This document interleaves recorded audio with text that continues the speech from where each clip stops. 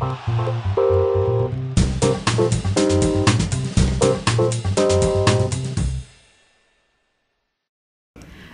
je m'appelle Diana et je suis membre de l'équipe Draft & Craft et étudiante au sein du Master Marketing, Design et Création à Audencia Nantes. Vous allez nous suivre pendant 4 jours durant lesquels nous vous parlerons des thématiques suivantes: la compréhension de l'usager, la créativité, le maquettage et la démarche design appliquée à l'entrepreneuriat. Pour ce premier cours sur la compréhension de l'usager, nous ferons appel à Nicolas Mainviel, directeur du Master Marketing, Design et Création à Audencia Nantes. Ensuite, Olivier Watley fera une intervention. Il est chef de projet innovation et anthropologue au sein du groupe SEB. Tous ces propos seront illustrés par l'agence Pulse et Pulpe qui les mettra en application à sa gamme de produits. Et vous retrouverez cette agence au sein des 4 cours de Draft & Craft. Bon visionnage! Pulse et Pulpe est une agence de design industriel spécialisée dans l'innovation d'usage. L'innovation d'usage, qu'est-ce que c'est? C'est de réussir à faire un produit qui s'adapte à n'importe quel consommateur, qu'il soit valide, handicapé, senior ou encore junior. On développe des produits dans différents univers qui vont des aires de la table en passant par les objets connectés ou même dans le mobilier urbain.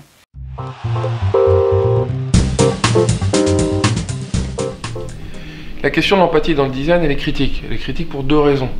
Tout d'abord, dans la relation que le designer va avoir avec l'usager versus le marketeur qui va observer des consommateurs. C'est pas une petite différence, elle est pas mince, on s'en fout. À titre d'exemple, pour le marketeur, je vais être un CSP peut-être plus, je vais avoir entre 35 et 40 ans avec un revenu qui sera celui d'un professeur d'école de commerce. Mais pour un designer, je vais être un usager. Un usager, ça veut dire que mes sentiments, mes réactions, mes interactions avec mon environnement vont changer le long de la journée, le long de la semaine. Et c'est donc un point de vue qui est très particulier, qui est différent de celui du marketeur. Très concrètement, ce que ça veut dire, c'est que le marketeur regarde un produit, regarde une catégorie de personnes, une grande catégorie de personnes avec un certain nombre de personnes dedans, et le designer va se focaliser sur un individu, ses besoins latents, non exprimés, et pas des besoins présupposés par le marketeur. À titre d'exemple, il y en a un qui est assez frappant, qui était le cas de Daimler-Benz, quand il y a une dizaine d'années, ils sont allés aux États-Unis. Ils cherchaient à relancer un petit peu leur marque Mercedes. Ils ont commencé à travailler avec une entreprise qui s'appelle Jump Associates, qui leur a dit, écoutez, c'est très très simple, il faut vous mettre en empathie avec vos usagers, et pour ce faire, on va vous présenter des jeunes. Donc ils ont passé 2 jours dans un cadre un petit peu décalé avec des jeunes, essayer de comprendre ce que c'était que la jeunesse américaine.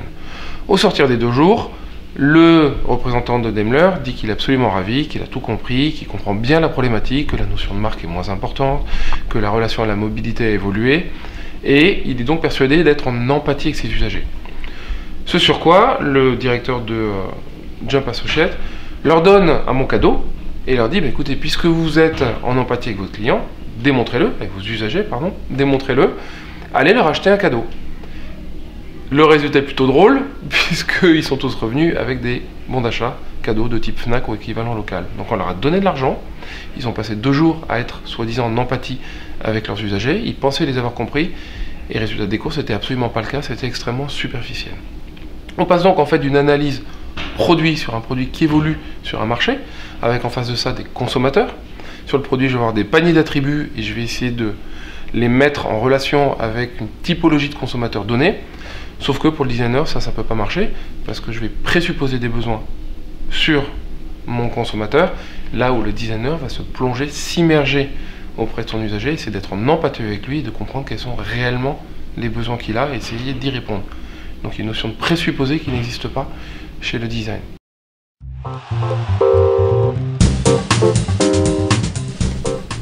Développer la notion d'empathie, c'est un petit peu particulier. Déjà, c'est pas natif dans toutes les fonctions d'entreprise. Les designers, ça fait partie de leur culture, ça fait partie de leur éducation.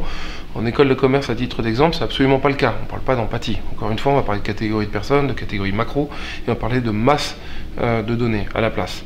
Ça se fait en se mettant à la place des gens, littéralement, en faisant des vies ma vie, en essayant de comprendre ce qu'ils vivent. Je vais dans un hôtel, mais je le vis en tant qu'usager, je me pose des questions sur ce que je fais, je m'auto-administre entre guillemets un rapport et j'essaie de vraiment comprendre la totalité de mes interactions, de mes dimensions émotionnelles, etc. Ça peut être une première manière de le faire.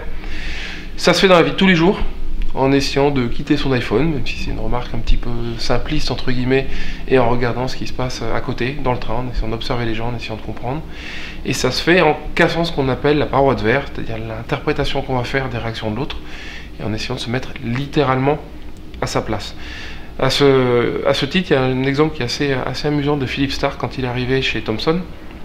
La première chose qu'il a dit à ses interlocuteurs était qu'il ne voulait plus entendre de catégorie, donc de CSP, dont on vient de parler, mais au contraire qu'il voulait qu'on parle de sa grand-mère, de mon frère, de ma soeur, de mon fils. Et que si on était incapable de vendre à sa grand-mère, à son fils, à son oncle ou à sa femme un produit en se disant oui, c'est le bon produit, il est cohérent, ça va répondre à un besoin, le boulot n'était pas fait. Je trouve que c'est un bon exemple d'une empathie, d'une approche empathique dans une sphère design.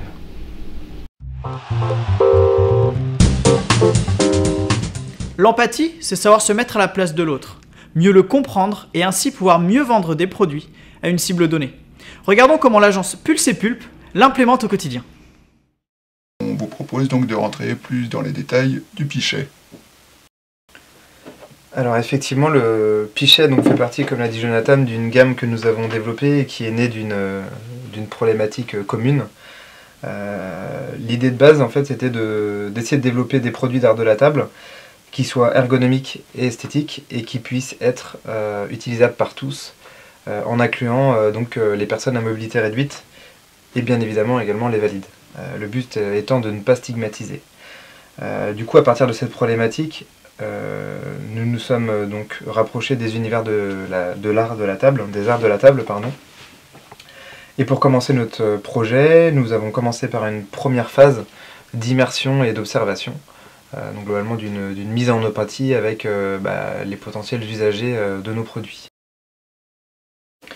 Donc on peut prendre l'exemple de la mise en empathie qu'on a dû réaliser pour le développement donc, de cette carafe de la gamme ND.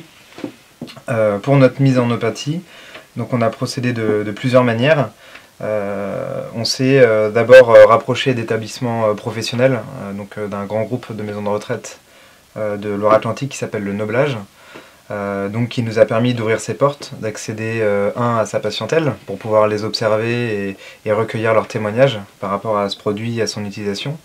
C'était aussi discuter avec le personnel professionnel soignant, donc les ergothérapeutes qui accompagnent les patients au quotidien, mais également les infirmiers qui s'occupent des patients pendant les prises de repas notamment.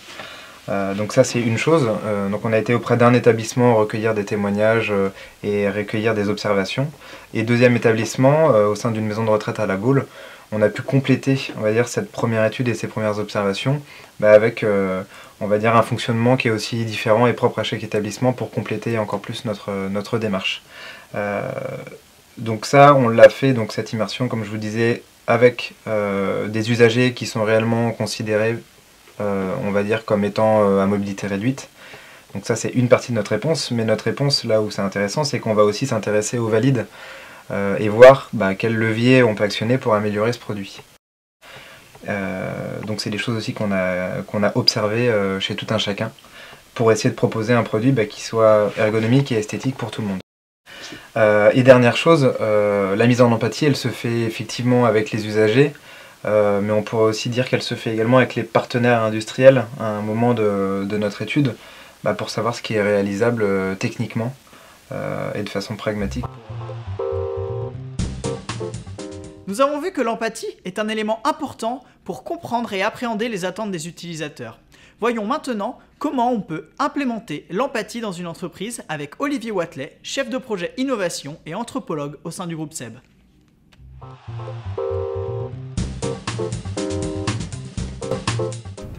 Aujourd'hui, dans le monde de l'entreprise, et depuis grosso modo une trentaine d'années, des hommes et des femmes mettent leur casque d'explorateur pour partir découvrir des cultures de consommateurs ou d'usagers, de personnes qui ne sont peut-être pas encore dans le business mais qui pourraient y venir, pour s'immerger dans leur communauté. Alors qu'est-ce qu'apporte l'anthropologue par rapport à d'autres disciplines, par rapport à d'autres outils? Il apporte d'abord l'expérience du terrain, l'expérience du lieu de vie, l'expérience du vécu à la première personne, ce que font vraiment les gens quand ils sont chez eux, quand ils sont en train de faire du shopping, quand ils sont en train de faire du sport, de manipuler les objets, etc. C'est véritablement une immersion que va pratiquer l'anthropologue. Ce qu'il apporte également, c'est une lecture de cette immersion. C'est comprendre ce que font les gens, le traduire à des interlocuteurs, en l'occurrence des interlocuteurs de l'entreprise, pour qu'on puisse comprendre les raisons des comportements, les valeurs, les émotions, etc. Et puis enfin, l'anthropologie, c'est aider à traduire, c'est-à-dire à transformer ce langage, le langage du quotidien des informateurs, des consommateurs, dans une connaissance experte qu'on va pouvoir utiliser pour générer des concepts, les faire vivre, les transformer, bref, alimenter un processus complet d'innovation.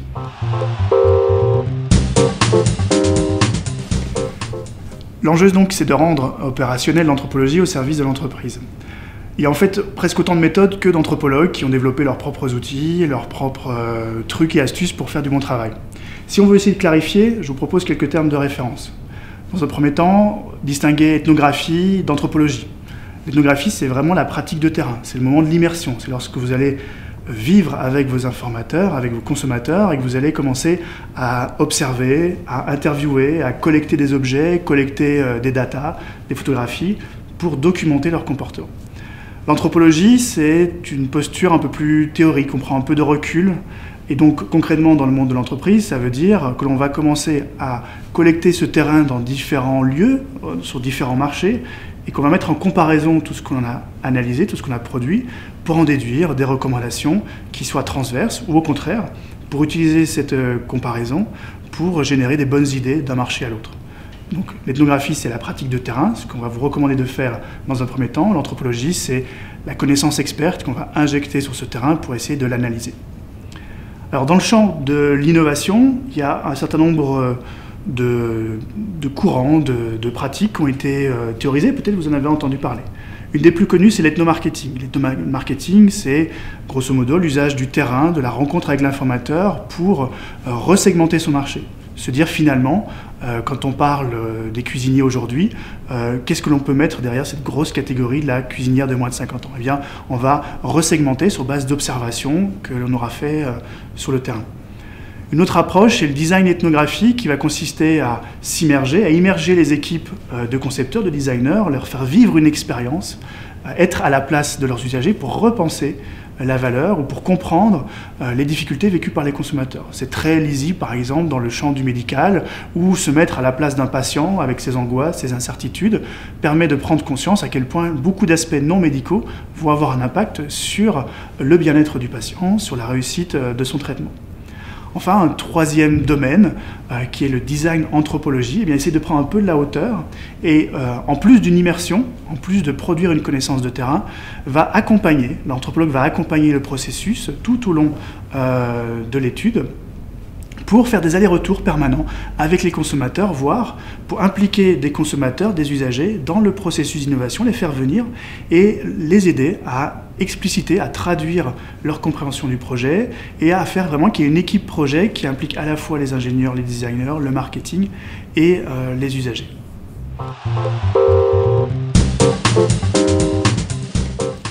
Dans un format relativement classique, les ethnologues, les ethnographes, donc les praticiens du terrain, vont générer une connaissance qu'ils vont partager pour inspirer, pour générer des insights, générer des idées.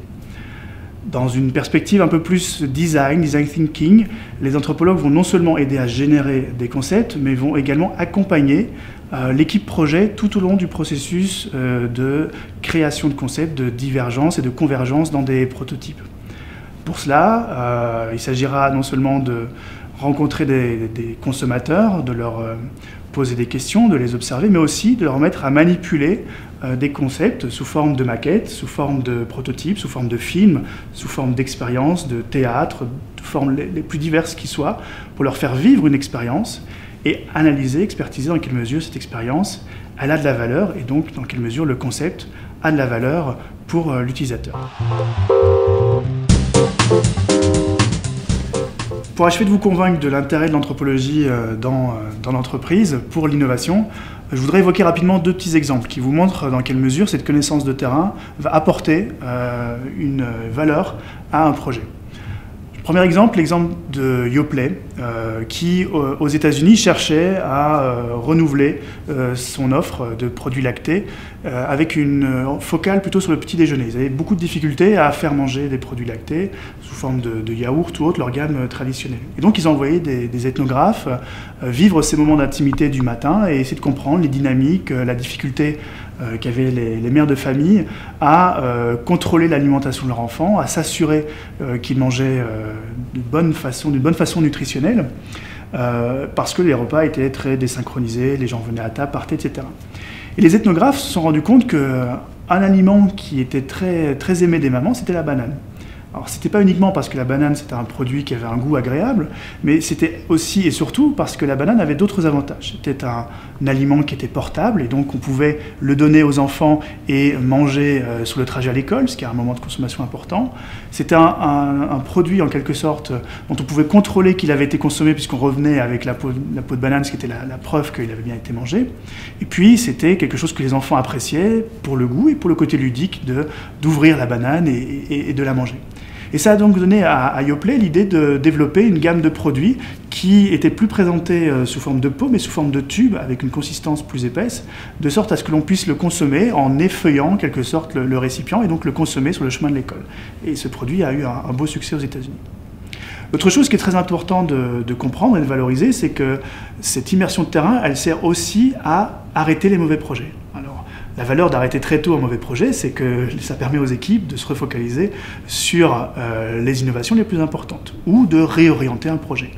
Et là, je vais prendre l'exemple de Intel qui a beaucoup d'équipes d'anthropologues et qui vont voyager, traverser le globe, vont aller dans pas mal de pays pour essayer de se projeter dans les usages du numérique, du connecté, et ainsi anticiper les besoins en puces et en électronique qu'ils produisent.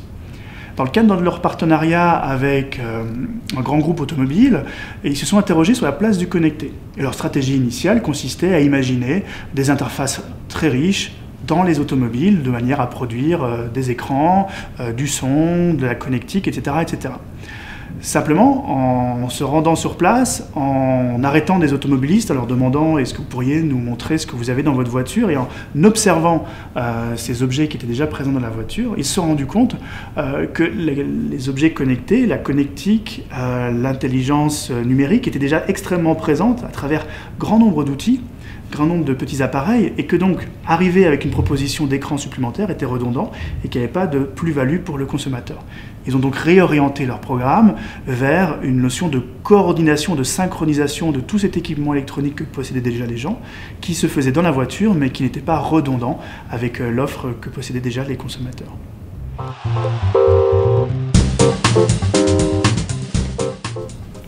En définitive, l'anthropologie est une vieille discipline qui a trouvé à se rajeunir en rentrant dans l'entreprise et en dialoguant avec le marketing et le design. On va distinguer l'ethnographie, qui est la pratique de terrain, l'immersion, l'observation, de l'anthropologie, qui est l'analyse et la mise en comparaison de différents terrains.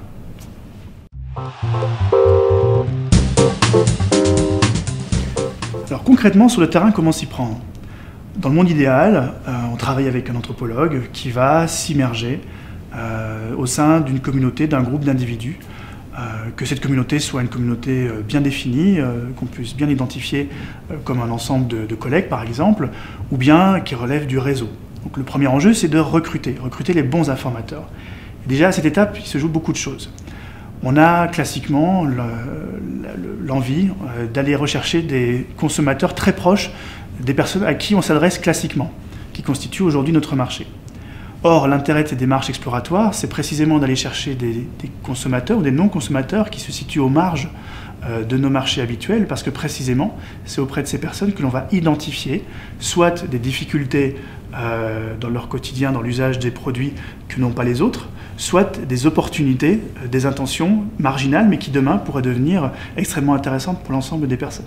Donc il y a déjà un premier enjeu de recruter on va dire sur une étude ethnographique, 10, 15 personnes, c'est déjà un nombre intéressant pour commencer à comparer des données et avoir un discours sur lequel on est en confiance.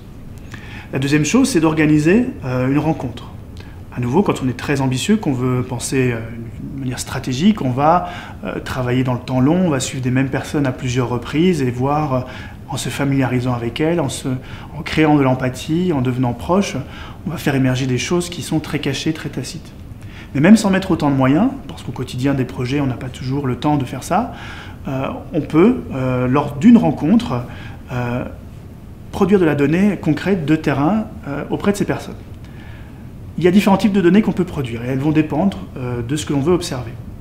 Alors, observer, on peut filmer bien sûr. Filmer, c'est très intéressant puisque ça va produire une connaissance in extenso d'un comportement. On aime bien faire ça lorsqu'on travaille sur un produit que l'on manipule puisque ça va nous permettre de voir les gestes, de voir les éléments qui sont manipulés et donc d'avoir une connaissance très en lien avec la manipulation d'un produit. On peut également, ce qui fonctionne très bien, montrer à l'utilisateur ces vidéos et le faire parler, commenter, expliquer ce qu'il a vécu pour qu'on ait accès à son expérience, à ses émotions et comprendre à quel moment il se joue des choses qui l'intéressent beaucoup ou à l'inverse des choses qui vont être extrêmement désagréables. C'est très utile quand on est dans la manipulation ou qu'on est en train de travailler dans un temps très bien défini. Dans d'autres circonstances, on n'a pas la possibilité d'observer. Je pense notamment des situations qui sont très disparates dans le temps. Si je veux imaginer un nouveau système qui parle de santé, la santé, ça s'exprime dans plein de circonstances différentes, et donc je vais avoir du mal à filmer ce qu'est la santé en général.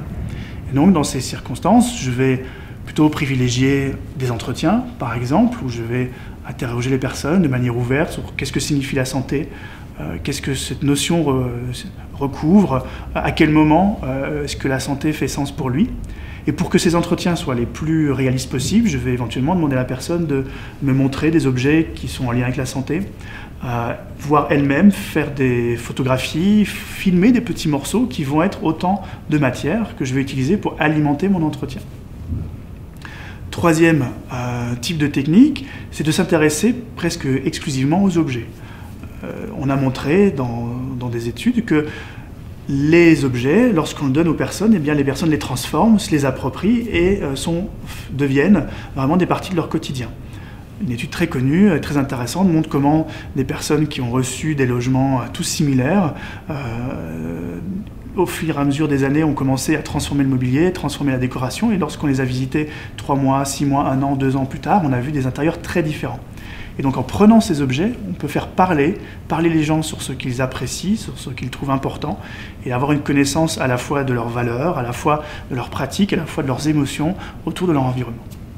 Enfin, dernier ensemble de techniques qui aujourd'hui se développe beaucoup, l'exploration sur Internet, qu'il s'agisse de faire de la netnographie, donc c'est l'étude qualitative des forums, des blogs, des discussions, qui sont autant de discussions fascinantes qui peuvent parler de vos produits ou des services qui s'en rapprochent, ou bien des approches de type Big Data qui vont essayer de prendre de la hauteur par rapport aux données et qui vont donner une lecture plutôt quantitative sur un objet et qu'on va pouvoir mettre en vis-à-vis avec les autres types de données.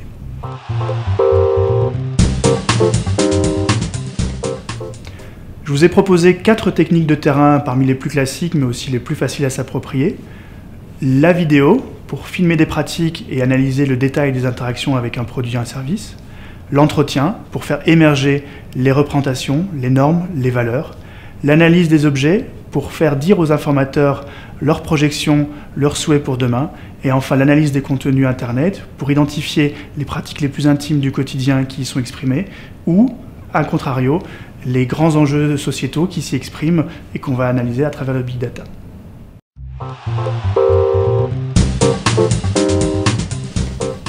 Pour analyser tout ce matériel, il y a quelques éléments sur lesquels on va se focaliser en priorité. D'une part, les écarts entre ce que les gens disent vouloir faire et ce qu'ils font réellement. Ensuite, bien distinguer ce qui relève de la valeur, ce que les gens veulent faire, ce qui relève des normes et ce qui relève des pratiques. Pour communiquer tous ces éléments qui ont été identifiés et pour les rendre actionnables dans un projet, on utilisera en priorité des outils tels que les personas, qui sont des profils typiques ancrés dans les pratiques, et des parcours d'expérience du parcours utilisateur sur lequel on va lister les pain points qui seront autant d'opportunités à améliorer nos produits et services. Alors, j'ai beaucoup parlé d'expertise, de mobiliser des anthropologues, des professionnels de l'observation, mais la philosophie de l'ethnographie, de faire du terrain, d'aller voir les consommateurs, vous pouvez vous l'approprier avec des outils extrêmement simples. Je voudrais prendre l'exemple des machines à café. Dans le cadre d'une foire de design, on a pu mettre à disposition un certain nombre d'appareils, de machines à café, sur lesquels on avait positionné 2 GoPro. Une GoPro fixée sur l'appareil pour voir les manipulations que l'on faisait dessus, et une GoPro en direction des usagers. On a collecté une semaine d'usage ininterrompu de nos appareils. On a beaucoup appris sur la capacité à gérer des grandes quantités de café. On a aussi, surtout, appris les moments qui faisaient sens pour les consommateurs, les utilisateurs, ceux qui suscitaient beaucoup d'intérêt, beaucoup d'émotions. On a produit des courbes d'émotions qui leur racontaient, et aussi les moments qui pouvaient être plus déceptifs.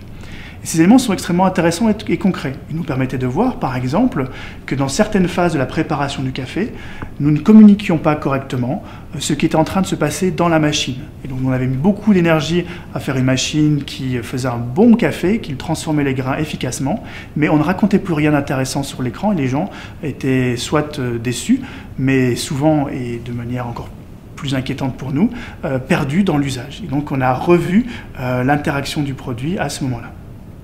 On a donc vu que l'empathie est un élément fondateur de la démarche design et que l'anthropologie et l'ethnographie sont des bons outils pour répondre aux problématiques que cela génère. Merci à tous d'avoir visionné ce cours et rendez-vous sur le forum dc-explorer.audencia.com, le mot de passe étant NDC15 tout en majuscule. À bientôt!